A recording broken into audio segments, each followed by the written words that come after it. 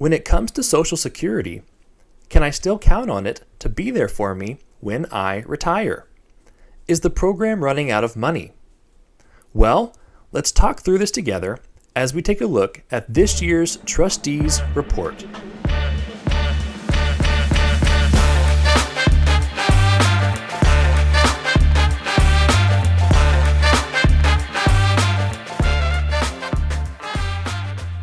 All right, welcome back to another episode of A Worthwhile Retirement.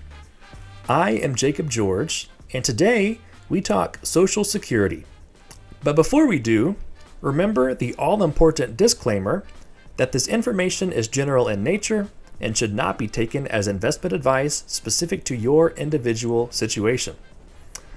All right, one of the reasons that we're talking about Social Security today is because of a research study done years ago that was asking people their thoughts on the Social Security program. And in this study, participants would say if they agree or disagree with various statements. And one of those statements was, "I will not get a dime of the Social Security benefits I have earned." And across millennials specifically, 47% of them said that they either somewhat agreed or strongly agreed with that statement. I will not get a dime of Social Security benefits. And this is a sentiment that I hear often. It seems pretty common, and it's one that I am excited to address today. So let's go ahead and get right into it. The Social Security Trustees report was released a few weeks ago from the release of this episode. And I've got some good news. If you did not catch the report, you can pretty much go off of last year's report and the year before that and the year before that, because it doesn't change much these days. And if you've never taken a look at the Trustees report before, then getting all caught up on this year's report essentially fills you in on years of recent history. So the good news, the Trustees report looks pretty much the same. And the bad news, the Trustees report looks pretty much the same. If you're unfamiliar, here is the situation. At all times, we have workers who are actively paying into the Social Security program. It's part of our payroll taxes, our FICA taxes. And at all times, we have beneficiaries who are receiving Social Security benefits, retirees, survivors of retirees, including children in some cases. And so we always have this inflow of money coming into the program, and we have an outflow being paid to beneficiaries. And for a long time, we had more money coming into the program than was going out. And so that extra surplus goes toward the Social Security Trust Fund. But in recent history, we have had the exact opposite going on. The trust fund is depleting. We are paying out more than we've got coming in. And this is largely due to the amount of baby boomers who have been retiring. And a slower birth rate means less people are contributing to the program. So that is what is going on. The surplus is running out of money. And it is projected that if we don't do anything about it, starting in the year 2034, the program would only have enough money coming in to pay out about 79% of benefits that it currently does.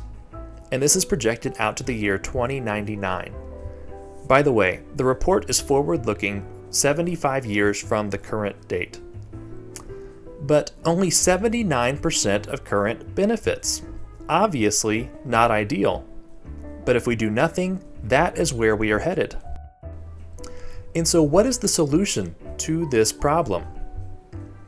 There are obviously many opinions on this matter, but in essence, the solution comes down to increasing the amount paying in or decreasing the amount being distributed out, or a combination of the two. I think it's pretty likely that something like that will happen because that's what we did last time.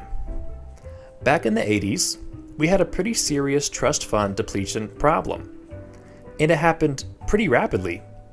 If you did not know, in the 70s, inflation was so bad that it is sometimes referred to as the Great Inflation. There were several years of double-digit inflation, sometimes back to back. And Social Security benefits being paid out are indexed to inflation. And so the trust fund started depleting very, very rapidly, much faster than is happening for us today. And so what did they do to fix it? Well, several things. First, payroll taxes increased from 6.7% to 7%, and it was gradually increased from there. By the 90s, it was 7.65%, and self-employment taxes, they increased those as well. And another thing they did, and I think this is noteworthy for today's situation, is that Social Security benefits started being considered taxable if your taxable income was above a certain amount. At the time, they said up to 50% of your benefits could be considered taxable. And later in the 90s, this increased to the 85% figure we are familiar with today. And another thing they did was start to raise the full retirement age. At that time, it was 65. And so they slowly started to increase that number. And there were some various other changes that they made as well. Federal employees who had not paid into the program were now required to, and there were other administrative cost-cutting measures as well. And so when it comes to fixing the trust fund depletion this time around, I would not be surprised to see some of these same measures implemented again. Obviously, I don't know what they will do, but I do have some hunches, particularly in two areas. When it comes to how much of your benefits can be considered taxable income, right now we have a limit of 85%. Only 85% of your benefits could possibly be counted as income for your taxes. And I would not be surprised to see them increase that to the full 100%. For them to say, if your income is above a certain limit, all your benefits are eligible for taxation. We're almost at this point anyways, and I think they might just finish that movement off. And the second thing I think they might do is start increasing the full retirement age. The full retirement age is currently 67, and it stayed this way for nearly 30 years. But as we start living longer and healthier, I would certainly expect that they begin to raise the full retirement age. I hope that they do. And there are some other things I think they could do to help the Social Security problem. I don't think they're going to do them, so I won't mention them today. But that is where we are at. We've got a trust fund that is running out of money. We're paying out more than we're taking in. And if we don't do anything at all to fix it, we are scheduled to only get 79% of our benefits. And so when it comes to doing something about it, I would not be surprised to see the same methods we've used in the past of increasing how much of your benefits could be considered taxable, and I would hope that the full retirement age begins to increase as well. Now, let's go back to that research study where 47% of millennials say that they would not get a dime of Social Security. An idea that seems pretty common today, that it won't be here for me by the time I am ready to file for it. And one thing I will say is this is a very conservative approach to treating Social Security, and I would advise against this. I see no evidence that would indicate that to be the case. Exactly the opposite, actually. And Social Security can make up a pretty significant portion of someone's retirement income. Now, it doesn't make up all of it. It may not make up most of it, but it's certainly not nothing either. And by totally discounting Social Security income in your own retirement plan, I would just worry that you would be saving too much and spending too little. And that is not something that I want for you.